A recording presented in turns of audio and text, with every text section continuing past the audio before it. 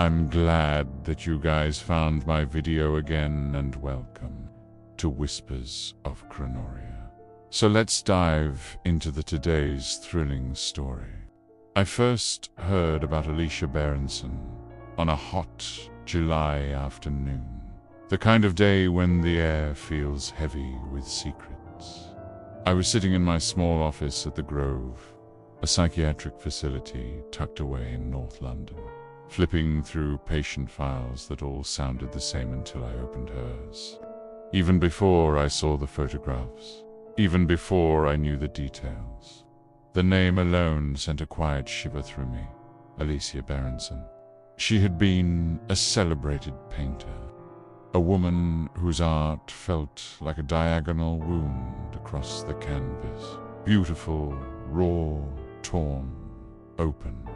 And her life before the incident seemed almost unreal. A perfect marriage to a fashion photographer named Gabriel.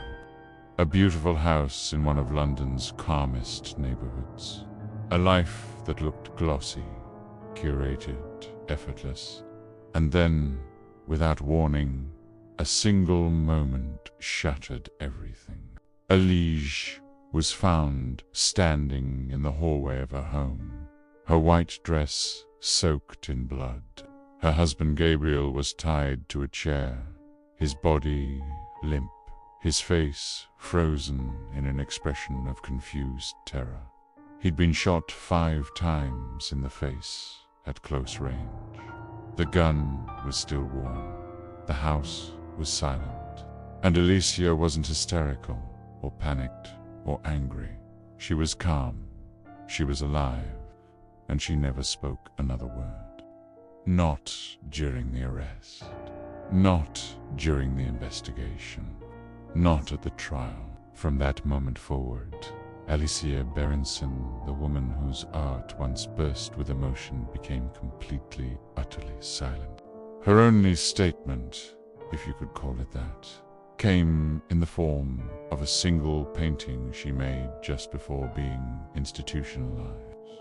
A self-portrait titled Alcestis, named after the Greek myth of a woman who chooses to die for her husband, only to return from the dead mute. I couldn't stop thinking about her.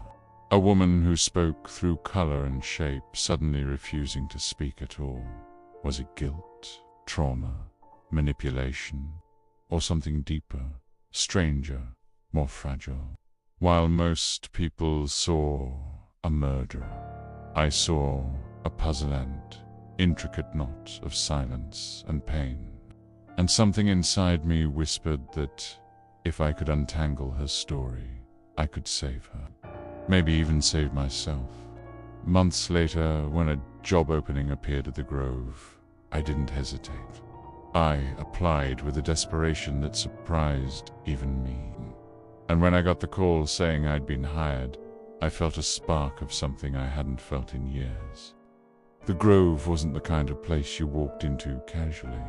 It stood behind tall iron gates with cameras that tracked your movements like watchful eyes.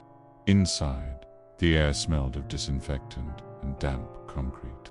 The corridors were narrow, the lights dull, and the staff looked permanently exhausted. Patients wandered the halls like ghosts, some murmuring nonsense, others humming old songs under their breath. But I wasn't there for any of them. I was there for Alicia. She was kept in a secure ward, a place for patients considered dangerous or unpredictable. The first time I saw her, she was sitting by the window in the common room. Her hair was longer than in the photos, tangled and uneven from where she had cut it herself. Her arms were thin, her posture rigid. She stared outside as if waiting for someone who would never come. But what struck me the most was her face. It wasn't blank knot in the way people described it. It was full of something unnameable, like she was caught between worlds. Pain lived there. So did defiance. and something deeper, still a secret she guarded more fiercely than her own life. I approached slowly. "Alicia," I said softly, "I'm Theo Faber. I'll be your new therapist." She didn't look at me, didn't blink, didn't move. Just silence. A thick, heavy silence that felt almost powerful. Over the next week, I observed her closely. She barely ate. She barely slept. She scratched at her wrists sometimes, leaving faint red marks. The nurses said she'd attempted suicide more than once, and yet she still refused to speak. Her file was full of old session notes from previous therapists, lists of failed attempts at communication, theories about psychosis, trauma, guilt, but none of them understood her. Not the way I wanted to. I kept returning to that painting of Estes, a woman rising from the dead, but choosing silence over speech. Why? Silence can be a fortress, a weapon, a punishment, or a plea for someone to listen without words. One evening, I stayed late, studying the painting again in the small art storage room where they kept patient creations. I noticed something strange, a tiny red mark at the edge of the canvas. It wasn't paint, it was blood, a smear left behind by the artist herself. Alicia had painted it after the murder, after Gabriel was dead, after her world collapsed. This wasn't art, it was confession. The next morning, I met her again. She sat in the same place near the window, her eyes distant but alert. I pulled up a chair and sat across from her. "You don't have to talk," I said. "I just want to sit with you." For the first time, she looked at me not fully, but a flicker, a moment, a searching glance. It was enough to make my breath catch. I started telling her small things about the weather, about a book I was reading, about how art had once helped me through difficult times. I didn't mention Gabriel. I didn't mention the murder. I didn't push her. But on the fourth day, she did something unexpected. She picked up a pencil and began to draw. Her movements were slow, hesitant, as if awakening a part of herself she thought she'd buried. The sketch took shape dangerously fast lines, cutting into the blank page like scars. It was a man tied to a chair, head slumped forward, blood pooling beneath. I swallowed hard. This wasn't therapy. This was the beginning of a confession. But there was something off about the sketch, something I couldn't fully grasp, because while the figure was clearly Gabriel, the shadowy figure behind him, the one holding the gun, was blurred, unfinished, not faceless, but hidden, almost as if she couldn't bear to look at him, or couldn't bear to reveal him. That sketch became her first attempt to communicate in years, not with words, but with truth. And I knew then, with a clarity that chilled me, that Alicia had something to say, something she'd kept buried in the silence, something no one had ever bothered to hear, and I would be the one to pull it from the depths, even if it destroyed both of us. The more time I spent with Alicia, the more I felt the edges of her silence shifting. Not breaking, she still hadn't said a word, but something inside her was loosening, thawing, making space for me, even if she didn't realize it. Silence was her fortress, her last defense. But fortresses eventually crack not because of force, but because of pressure from within.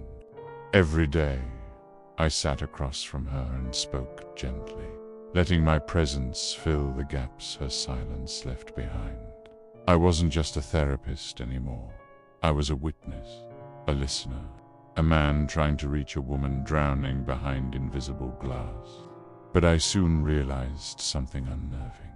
Someone in the grove didn't want Alicia to improve. It started with minor obstructions, medication being changed without my consent, sessions rescheduled without notice, files removed, security reports missing. When I questioned the staff, they shrugged, uninterested or worse afraid. It was as if Alicia wasn't just another patient. She was a secret, a liability, a truth locked away behind locked doors. One night, after another frustrating meeting, I went to check on her. She was in her room, sitting on the edge of her bed, staring at the blank wall. The room was dimly lit, shadows stretching long and thin, like fingers trying to pull her back into darkness. When I stepped inside, she didn't move, but her eyes flicked toward me, the tiniest spark of recognition.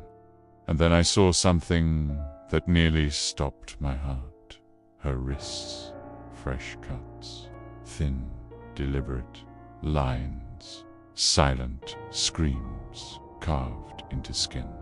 The nurses had missed it or ignored it. I sat beside her, close enough to feel the cold radiating from her skin. "Alicia," I whispered, "you don't have to do this. I'm here. I see you."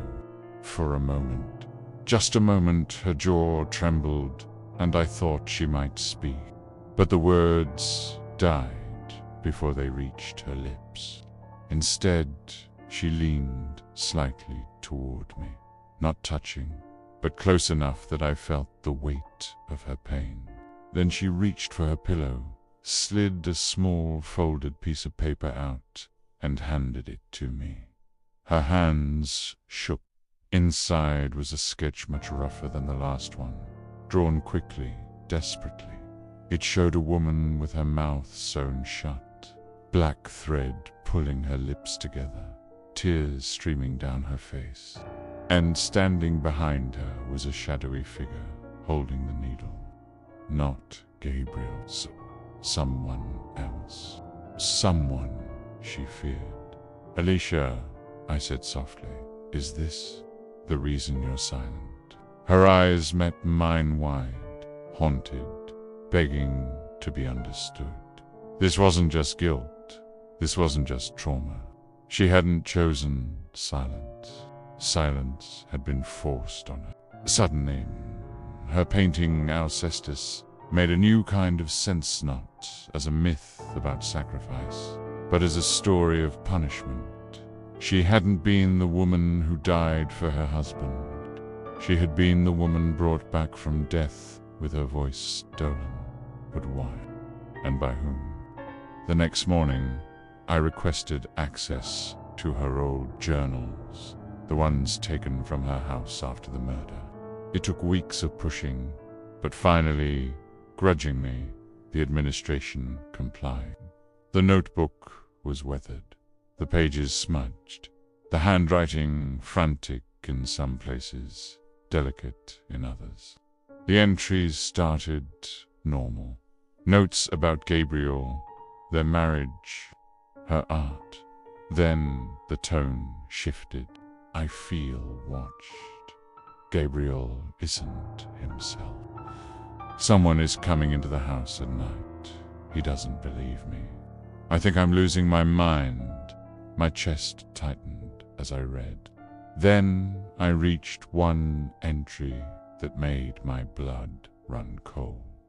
I saw him tonight, standing at the foot of the bed, a man with a scar, watching me, waiting, a scar, a shadow, a silent threat. Was this the figure from her drawings? The one pulling the thread through her lips? The next entry was worse. "Gabriel says I'm imagining him, says it's stress, but I'm not crazy. I feel him breathing in the dark." Who was she writing about?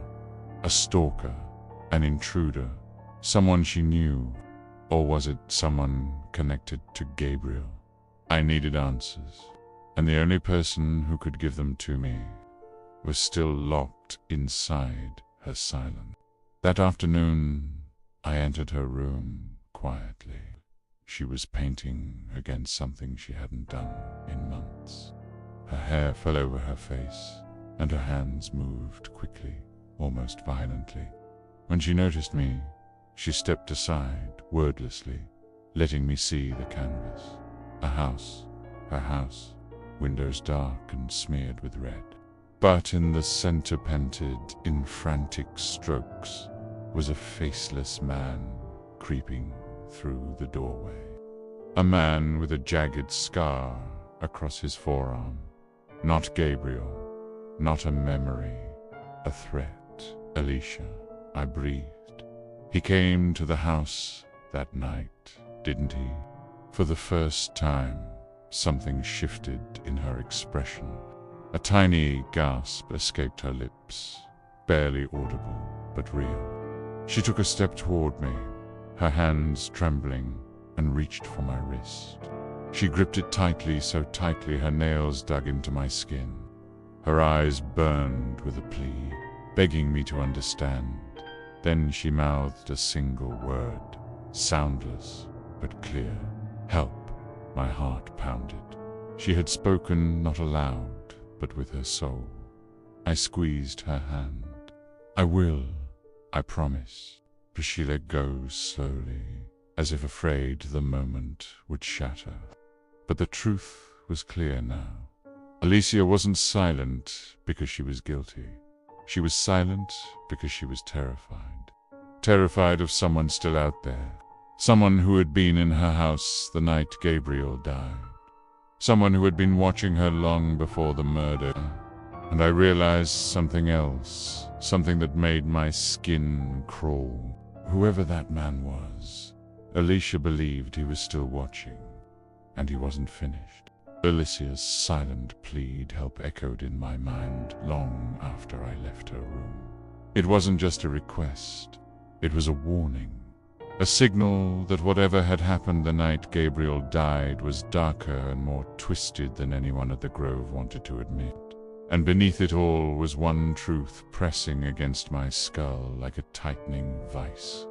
She wasn't the monster. She was a survivor. But the question burned deeper every hour. Who was the man with the scar? Why had he been in their house? And why did Alicia paint him with such terrified precision? I dug deeper into her past. Her neighbors, her old friends, anyone who might have seen something, heard something, sensed the darkness creeping into Alicia's life.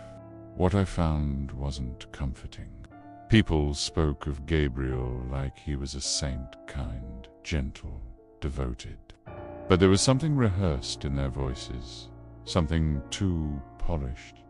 One woman, an elderly neighbor, leaned in when I questioned her and whispered, I heard fights a few times, not loud ones, just tension, like someone was being held underwater.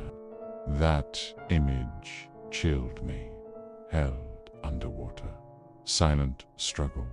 I returned to Alicia the next morning with her journals. When I placed them in her lap, her hands trembled. She touched the cover as though it were a wound, a piece of her she'd been forced to abandon. Alicia, I said softly, I'm reading them. I'm not here to expose you. I'm here to understand you. Her eyes flicked upward, shining with something sharp relief mixed with fear.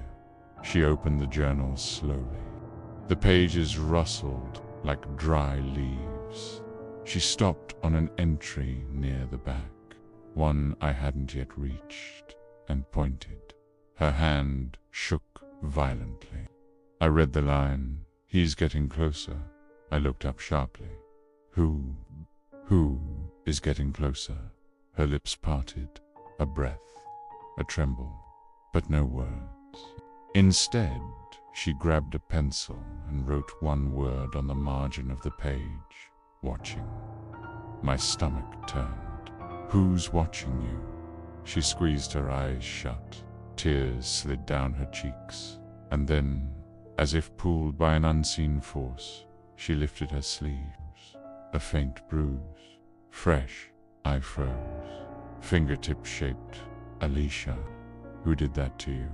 Here, inside the grove. Her breathing quickened. She raised her hands slowly, fearfully, and signed a shaky shape in the air. A rectangle, a screen, a camera. My heart thundered. Someone in the grove was watching her. Someone was entering her room. Someone was hurting her, and they didn't want her to speak. That evening, after the staff left, I sneaked into the security room. The monitors flickered in the dim light. Rows of screens showed patients pacing halls, sleeping in rooms, sitting motionless. I searched for Alicia's feed. The file was labeled differently than the others. Encrypted, locked. I hacked into it. The footage loaded. Alicia sleeping, motionless. Dinat 2:13 a.m. A figure stepped into frame. Tall, broad, face hidden, but the defining feature was unmistakable. A scar carved down the right forearm, the same one she'd drawn, the same one from her nightmares. My chest constricted. Someone had been inside the grove the entire time. He walked to her bedside, stood over her, watching. Then he reached out and traced a finger along her wrist. She flinched, even in sleep. "Who are you?" I whispered at the screen. He reached into his pocket, pulled out something metallic, and set it on her nightstand. A needle, thread coiled beside it. My blood went cold. He wasn't just watching her. He was reminding her of the night she lost her voice. I had to confront her. She needed to know she wasn't crazy. She wasn't imagining him. The next day, I entered a room abruptly. Alicia startled, drops of paint splashing across the canvas. Her eyes darted to the door as if expecting him. "Alicia," I said, breathless. I saw him. I saw the man in the footage. Her face drained of color. "He was in your room last night at 2:13 a.m. Her hand clamped over her mouth. Silent screams. "Alicia, look at me. You are not imagining him. He's real. He's here." Tears welled up and spilled over her cheeks. She grabbed my forearm with such desperation it hurt. Her nails dug deep. Her body shook. "I promise you," I whispered fiercely, "I won't let him near you again."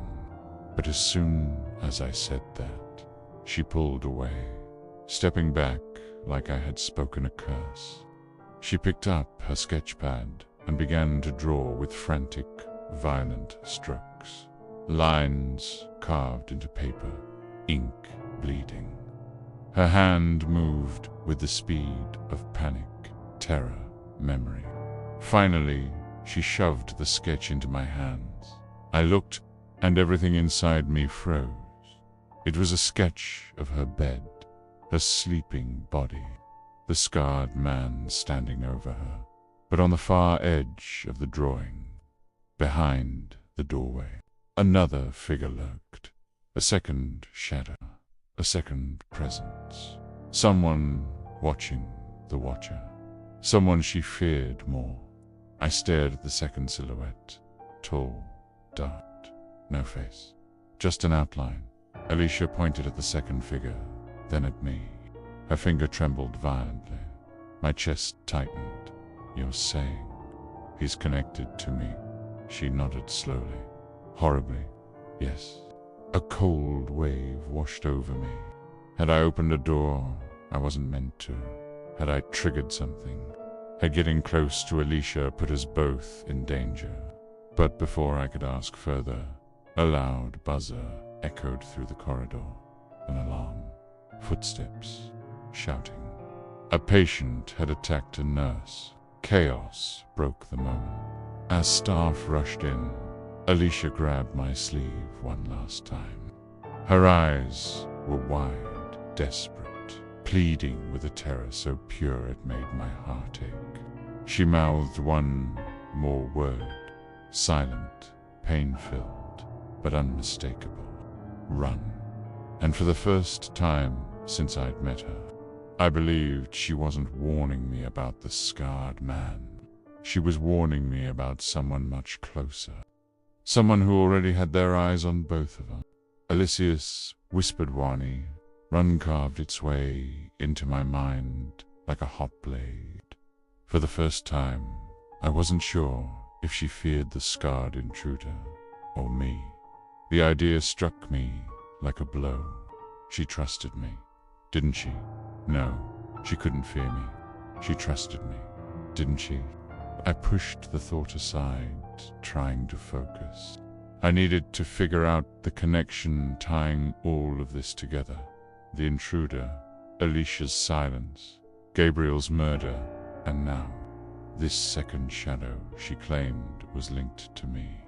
But the deeper I dug, the more the lines blurred. I returned to her journals that night, flipping to the final entries, the ones written just days before Gabriel died. Alicia's handwriting was erratic, desperate. He won't listen. I'm being watched. The man with the scar wants something. I don't think Gabriel believes me anymore. I hear someone breathing in our room at night, and then one final sentence, barely legible. He looks at me like he knows me. Something in my chest twisted, because suddenly her fear felt familiar. Hours later, I found myself pacing outside her room at the Grove, unable to calm the storm building inside. I stepped in quietly. Alicia sat on her bed, knees pressed to her chest, like a frightened child. When she looked up, there was something in her eyes I had never seen before. Recognition, pain, memory. Slowly, shakily, she whispered a single breath of a word, her first spoken sound in years. You. My blood froze. What do you mean, Alicia? Me. Her voice cracked, barely audible, but the word was unmistakable. You were there. A chill slammed into me. No, Alicia wasn't there when Gabriel, as she shook her head violently, tears spilling down her face, hands trembling as she pointed to her sketchbook. She opened it to a drawing I hadn't seen before. A doorway, a hallway, a shadow standing just behind the scarred man, watching, waiting. My heart hammered as I stared at the second silhouette. And then Alicia drew something else, a tiny detail I hadn't noticed before. The second figure wore a bracelet, a small metal band. My breath stopped in my throat. I looked down at my own wrist. The same band, one I'd worn for years. An old habit I never questioned. No, I whispered. No, that's not. My mind reeled, memories flashing violently, my obsession with her case, my submission for the job at the Grove, my feverish need to understand her, save her, fix her. But suddenly it all twisted into something darker. This wasn't obsession, it was compulsion. The kind born from something buried, fractured, unremembered. I staggered back. What are you saying, Alicia?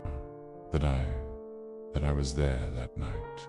Her tears fell faster.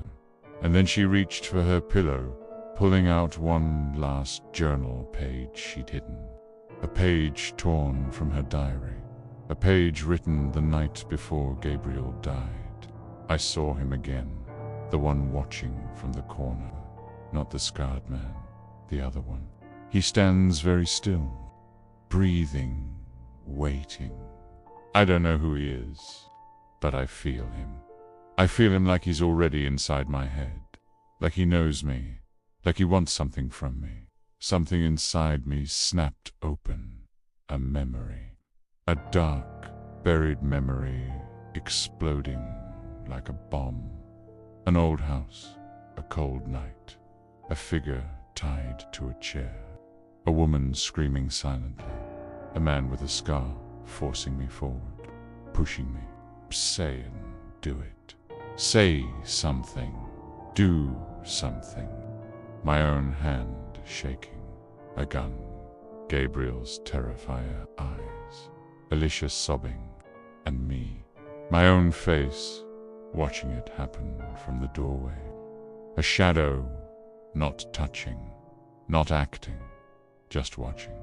I stumbled back, gasping, nauseous. No, that isn't real. That can't be real. But Alicia stood slowly, trembling like a leaf. She stepped close to me, her breath shaking, her voice a broken whisper. You didn't stop him. The truth detonated inside me. I hadn't killed Gabriel, but I had been there. A terrified, broken, younger version of myself, manipulated by the scarred intruder. Man from my own past, dragged into a nightmare I never confronted. And Alicia, she had seen me. She had remembered me. All these years. But she stayed silent, not only out of fear. She stayed silent because my face, my presence, was tied to the worst moment of her life. Her silence was her prison, and I was one of the bars. I fell to my knees, breath ragged. Alicia, I didn't know. I swear I didn't remember. I was, she stepped back, shaking her head, tears streaming, the severity of her pain growing. You watched, she whispered. You watched him shoot Gabriel. You let it happen. Her voice cracked on the last word. Security footsteps echoed down the hall guards, coming to remove me, restrain me, interrogate me. I looked at her one last time. Alicia lifted her chin not with anger, but with the strength of a woman who had carried a horrific truth alone for years. Then she said her last words to me, quiet, steady, and final. I am done being silent. The guards stormed in. I didn't resist. As they dragged me out, Alicia sat on her bed, like a survivor, like a phoenix rising from the ashes of her trauma. I didn't resist. As they dragged me out, Alicia sat on her bed, like a survivor, like a phoenix rising from the ashes of her trauma. She had finally spoken. She had finally named the shadow that haunted her, and she had finally reclaimed her voice. And I realized the terrible truth. Alicia didn't kill her husband to be rid of him. She killed him because no one saved her. Not Gabriel, not the doctors, not the police, not even me. Her silence was never madness, it was justice. And now her voice was free again.